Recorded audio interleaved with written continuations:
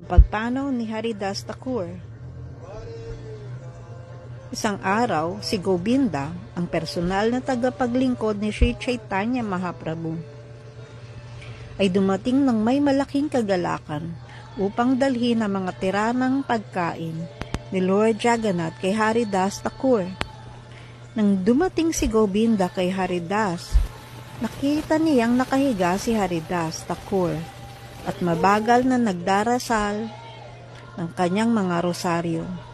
"Tumayo ka na at tanggapin mo ang iyong Mahaprasadam," sabi ni Govinda. Sumagot si Haridas Thakur, "Ngayon ay mag-aayuno ako. Hindi ko pa natatapos ang regular kong bilang ng pagdarasal. Paano ako kakain? Ngunit din alam mo ang Mahaprasadam at paano ko ito matatanggihan?" Pagkasabi nito, nag-alay siya ng dasal sa Mahaprasadam, kumuha ng kaunting bahagi at kinain ito.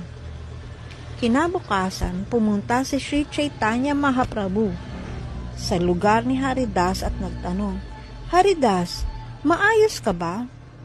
Nagbigay galang si Haridas sa Panginoon at sumagot, "Ang katawan ko ay maayos, ngunit ang aking isipan at katalinuhan ay hindi mabuti." Muling nagtanong si Sri Chaitanya Mahaprabhu, "Maituturo mo ba kung ano ang sakit mo?" Sumagot si Haridas, "Ang sakit ko ay hindi ko matapos ang aking mga rosaryo." Sinabi ng Panginoon, "Ngayon na ikaw ay tumanda na, maari mong bawasan ang bilang ng mga dasal na ginagawa mo araw-araw. Ikaw ay ganap ng napalaya, kaya't hindi mo na kailangang sundin ng mahigpit ang mga regulasyon. Ang papel mo sa pagkakatawang tao na ito ay iligtas sa mga tao sa pangkalahatan, sapagkat sapat na ang iyong pagpapahayag ng kaluwalhatian ng banal na pangalan sa mundo." Pagkatapos ay sinabi ng Panginoon, "Ngayon, kaya't bawasan mo na ang bilang ng pagbigkas ng Hare Krishna Mahamantra." Sumagot si Haridas Thakur, "Pakiusap, pakinggan po ninyo ang aking hiling. Ako ay ipinanganak sa isang mababang uri ng pamilya at ang aking katawan ay napaka-abominable. Palagi akong gumagawa ng mababang gawain, kaya ako ang pinakamababa at pinakakondimnadong tao. Ako hindi dapat makita o hawakan, ngunit tinanggap mo ako bilang iyong lingkod. Nangangahulugang ito na iniligtas mo ako mula sa isang impyernong kalagayan at iniangat ako sa antas ng Vaikunta.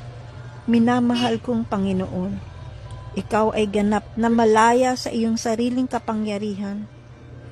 Minamahal kong Panginoon, ikaw ay ang ganap na malayang persona ng Diyos. Kumilos ka ayon sa iyong sariling kalooban. Pinapasayaw mo ako at pinakikilos ang buong mundo ayon sa nais mo. Minamahal kong Panginoon, sa iyong awa, pinasayaw mo ako sa maraming paraan. Halimbawa, inalok mo sa akin ang Srada Patra na dapat sanay para sa mga unang klasing Brahmana. Kinain ko ito kahit na ako'y ipinanganak sa isang pamilya ng mga kumakain ng karne. Mayroon akong isang matagal nang nais.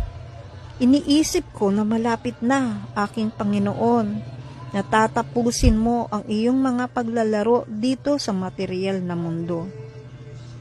Sinabi ni Sri Chaitanya Mahaprabhu, "Minamahal kong Haridas, napakaawain ni Krishna, kaya tiyak na isa sa katuparan niya ang iyong nais. Ngunit ang lahat ng aking kaligayahan ay dahil sa iyong piling. Hindi tama na ikaw ay lumisan at iwan ako."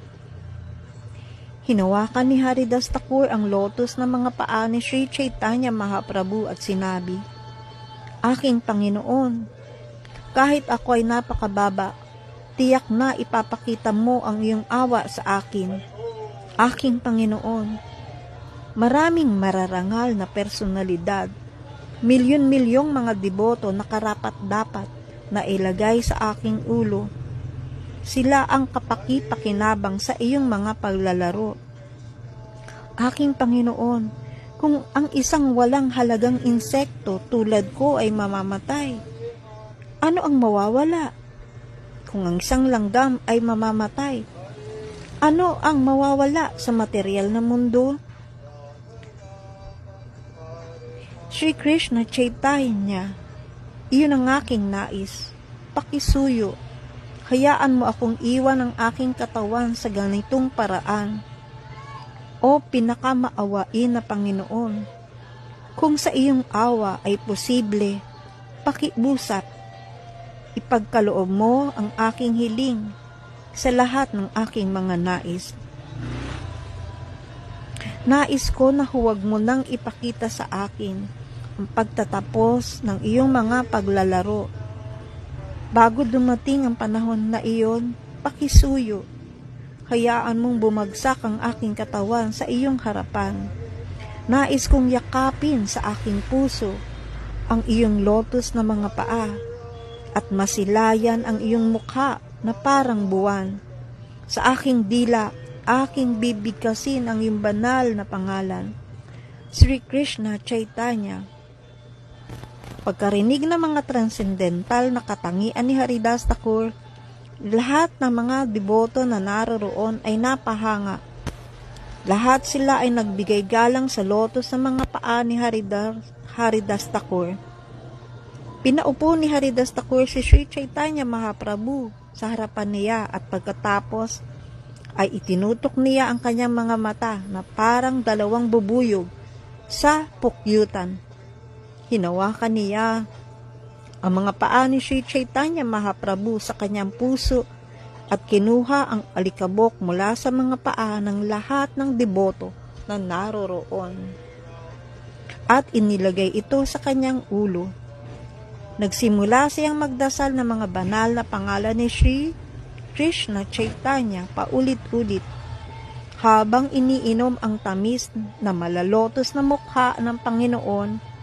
Walang tigil na dumadalawi ang mga luha mula sa kanyang mga mata habang binibigkas ang banal na pangalan ni Sri Krishna Chaitanya. Ibinigay ni Haridas Thakur ang kanyang hininga at iniwan ang kanyang katawan.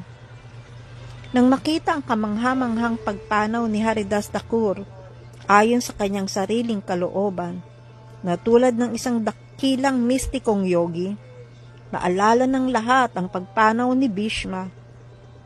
Isang malalakas na sigaw ang narinig habang sabay-sabay nilang inaawit ng sabayan ang mga banal na pangalan ni Hari at Krishna.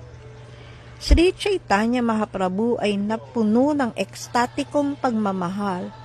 Iniangat ang Panginoon ang katawan ni Haridas at inilagay ito sa kanyang kandungan. Sino man ang makarinig ng kwentong ito ay tiyak na magpapatibay ng kanyang isipan sa paglilingkod na may debosyon kay Krishna. Haribol, Haribol, Jaya Haridas Thakur, Jaya Sri Chaitanya Mahaprabhu, Haribol.